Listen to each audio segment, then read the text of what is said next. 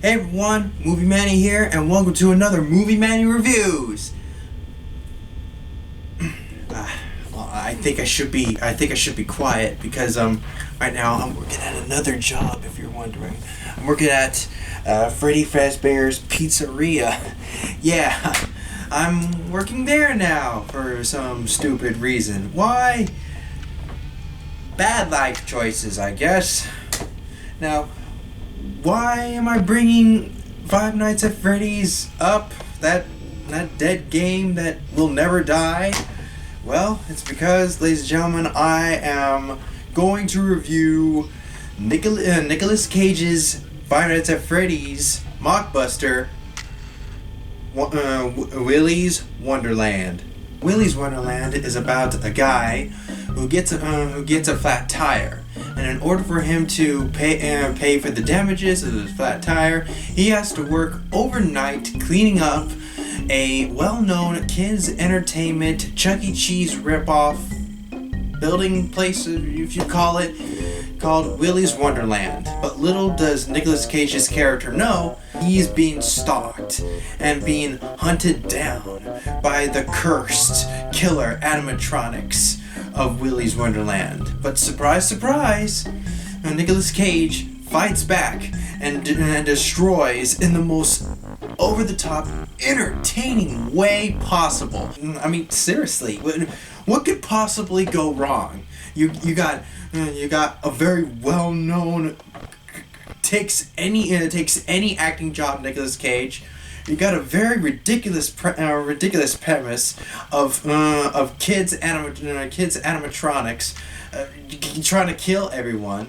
Again, what could possibly go wrong?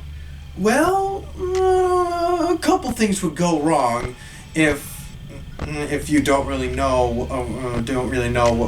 why this exists. Again, this whole Willy's Wonderland is roughly based on the Five Nights at Freddy's video game franchise. Originally, Five Nights at Freddy's was supposed to have a movie, but regretfully there were some drawbacks with the script and whatnot. And people would say that, oh, Willy's Wonderland is just that same movie with the Banana Splits. You know, the Banana Splits movie that was made like 2 years ago. But not really, because the Banana Splits was supposed to be the Five Nights at Freddy's movie. But again, they kind of didn't like the script, so they canceled that idea. But Warner Brothers kept the script and turned it into the Banana Splits, even though it didn't make sense why the Banana Splits would go on a killing spree. And then Willy's Wonderland came in with their own script that kind of has the same lore as Five Nights at Freddy's, but kind of has the same crazy over-the-top dynamic of the Banana Splits. But the Banana Splits was supposed to be the Five Nights at Freddy's, and Willy's Wonderland was supposed to be Five Nights at Freddy's, even though it was supposed to be Five Nights at Freddy's, and the Five Nights at Freddy's movie was supposed to come out. And then we heard recently Five Nights at Freddy's is finally coming out with their version of the movie, but there are people going to be afraid that it's going to rip off of these two movies, even though they're ripping off Five Nights at Freddy's. And cue the Austin Powers "I Gone Cross-Eyed" clip. Oh no, I've gone cross-eyed. Yeah, so folks, don't think about this don't think about this too hard. It's just a very ridiculous movie. What did I think of this movie? Well, let me first start off with some of the things that I like. First off, Nicolas Cage himself. The guy is literally the saving grace of the film. His character actually has no name, and surprisingly, Cage doesn't really have any speaking lines. He's completely mute in this movie. And to be honest, it's kind of a good thing, because the dialogue in this movie is like a line between taking itself seriously or not taking itself that seriously. And the other characters' dialogue, they're in some ways cliched in some ways, and predictable, and a little bit dull and boring, but to be honest, it's to be expected. It's a movie that shouldn't be taking itself seriously. Back to Nicolas Cage. Again, his acting, his performance, it's just so damn good.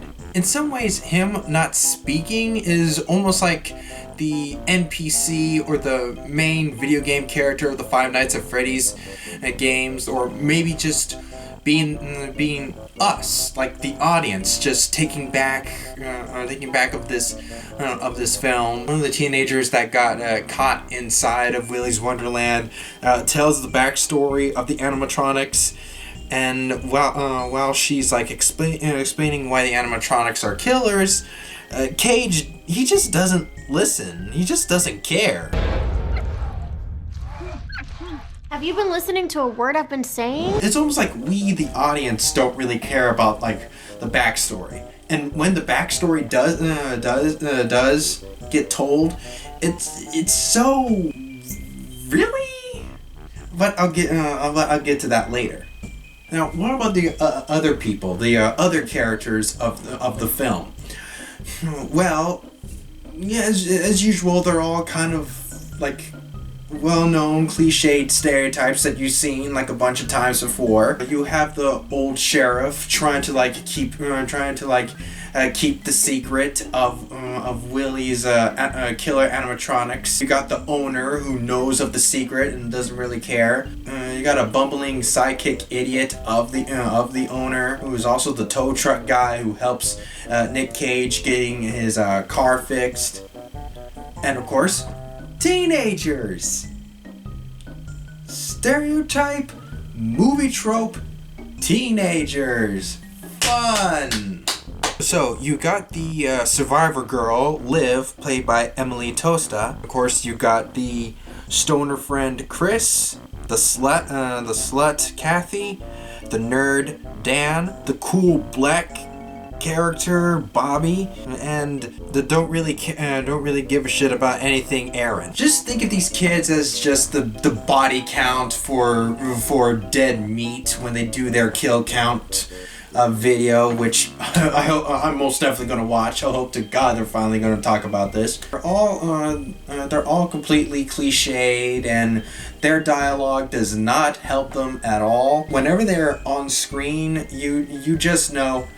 You just know in the back of your head, these teenagers are gonna die, and they do the most stupid things that makes absolutely no sense. Like, I sort of have this one scene where I felt like I wish they could sort of like clean up the script or the dialogue or whatever they're trying to go for in this part, where the main girl Liv tries to like get Nicolas Cage out of the building so they can burn it up.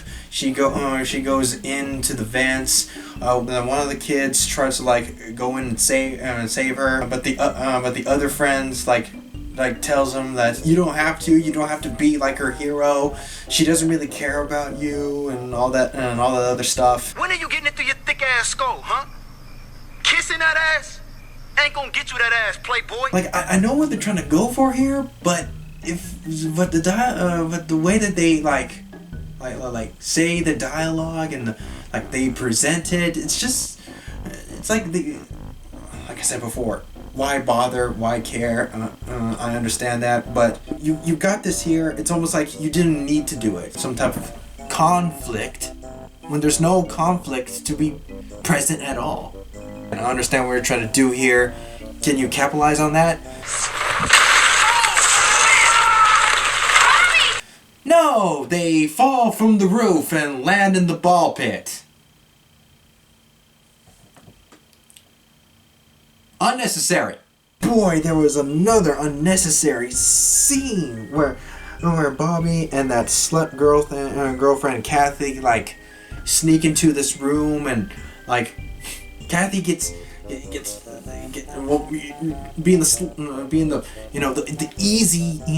the easy sleazy girl, gets all horned up.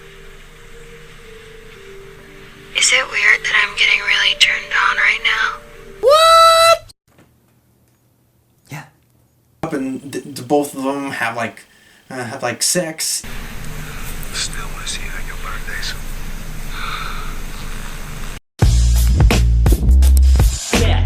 Even though one minute Bobby wanted to leave, and the next minute, oh no, let me do my girlfriend in this room so I can die. Bobby, that thing just moved. Where the fuck did it go?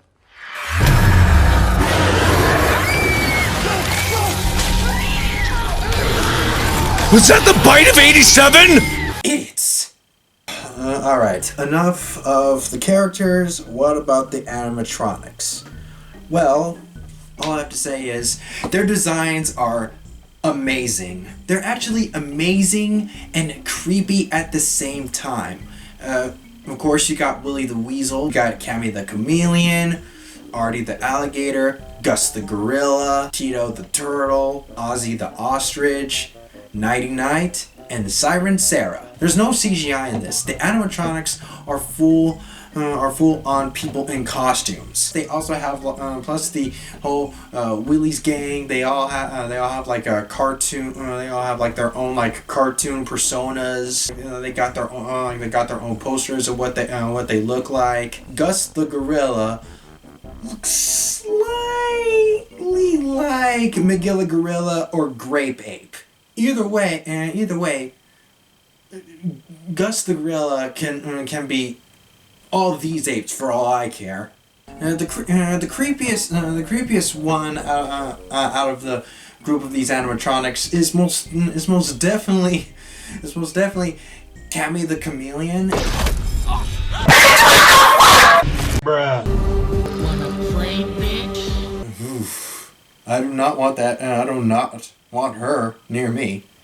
And of course, Siren Sarah. Wanna see my treehouse? Not today, girlfriend.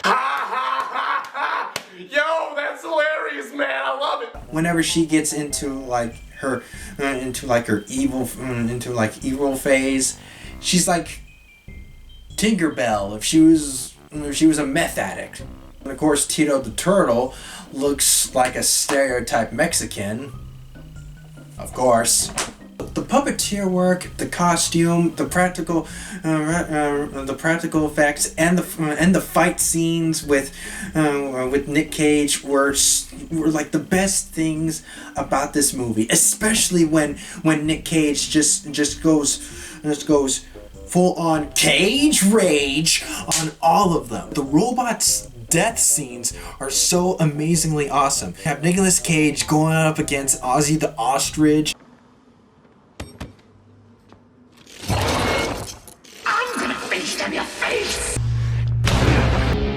You done fucked up now. Ripping out his spinal cord. Oh! Get your ass whooped! You got Gus the Gorilla in the bathroom, stomping on his head in the urinals.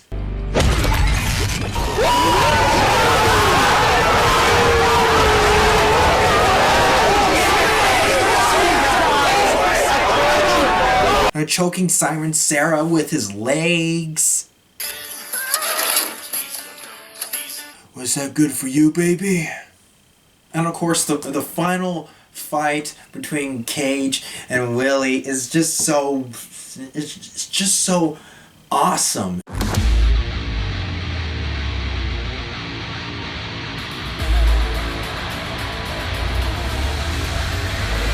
Happy feet. One more combo. That ain't taco. That ain't taco.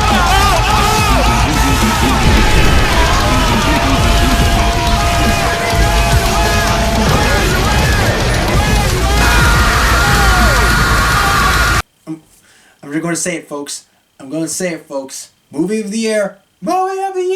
Let's go. And of course, I have to go back to this because I mentioned it before. What happened to these animatronics? Why are they like cursed, sadistic type killers?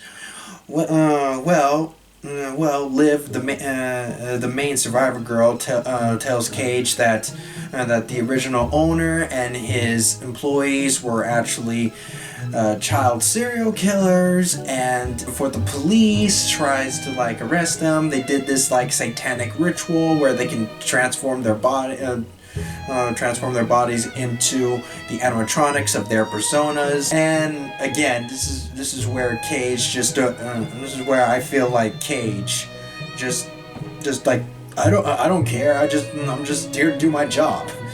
Speaking of which, wait 1 second. Shit, the animatronics move. I am so dead. Well, might as well keep on talking about this movie then.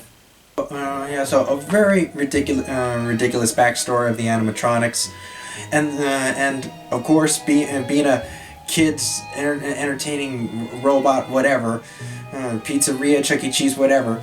They have very annoying and very catchy songs in this movie. It's your birthday, and we want you to have fun, It's your birthday, so it's party. Especially this one solo song from Willy, which is a complete earworm. It's like you just gotta stop and listen to it. It's almost like it's hypnotizing. 6 little chickens at the end of the line. 6 little chickens at the end of the line. 5 little chickens at the end of the line. Bruh. Poor sucker. Cage plays this pinball machine every time when he has to go on breaks, and there's a Willy's Wonderland theme song, and he dances to it and plays the game, and it's just.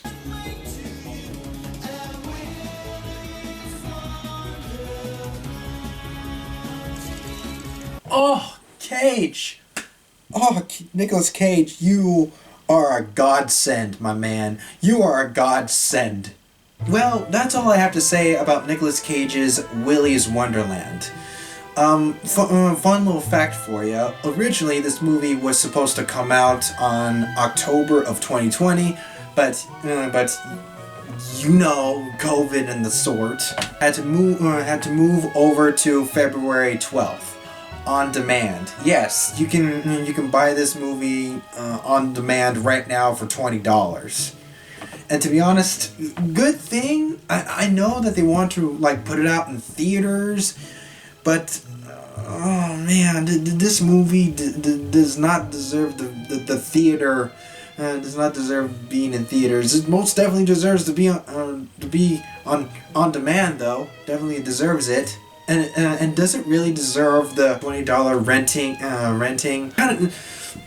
It kind of depends on who really wants to see this. You don't really expect this to be like god tier Oscar winner. It's just a very ridiculous movie with Nick Cage going up against killer oversized Tinker Toys. That's basically what this movie is. Most definitely watch it. Most definitely watch it for Cage, Rage, and killer animatronics. Nothing else. Nothing more. What do I rate Willy's Wonderland? I would rate it a decent 7. This movie isn't like oh, I should watch this right now. Most definitely watch this when renting it gets a bit cheaper. And most definitely watch it for the Cage Rage. Well, that's all I have to say, folks. I want to thank you all for watching. Please like, comment, share, subscribe, tell your friends, tell your family that I exist. And when you do subscribe, don't forget to hit that notification bell to be notified of future videos that I have in store. I'm Movie Manny signing out.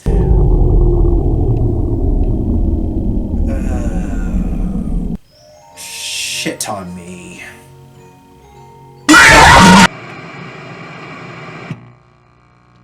Five Nights at Freddy's. That's where I wanna be. Five Nights at Freddy's.